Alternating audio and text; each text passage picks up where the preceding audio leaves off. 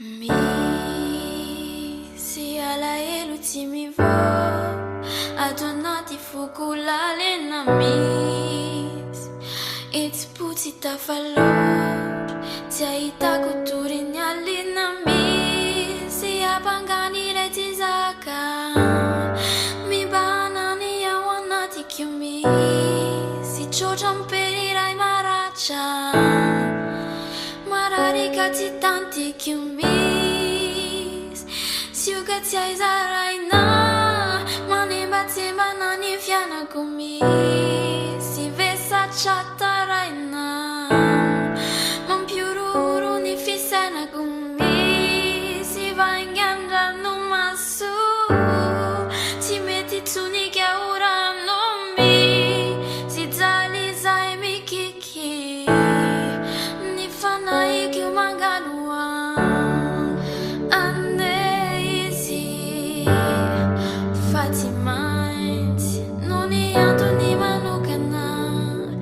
andao aizy ilay zahay ande izy tsy afa-miemotra efa ny fanaranay ande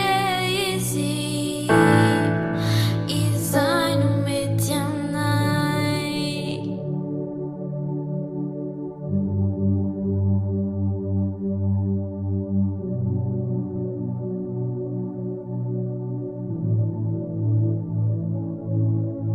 ny fizaranay toerana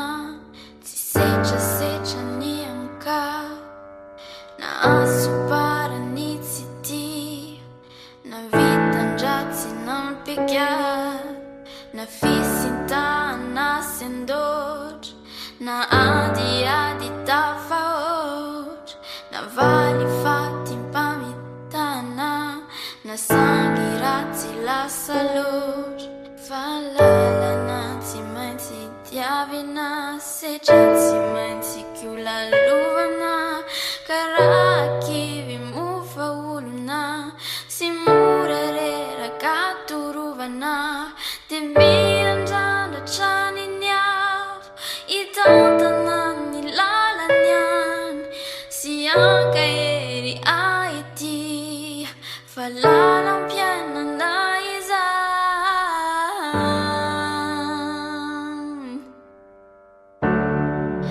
ande izy fa tsy maintsy no ny antony manokana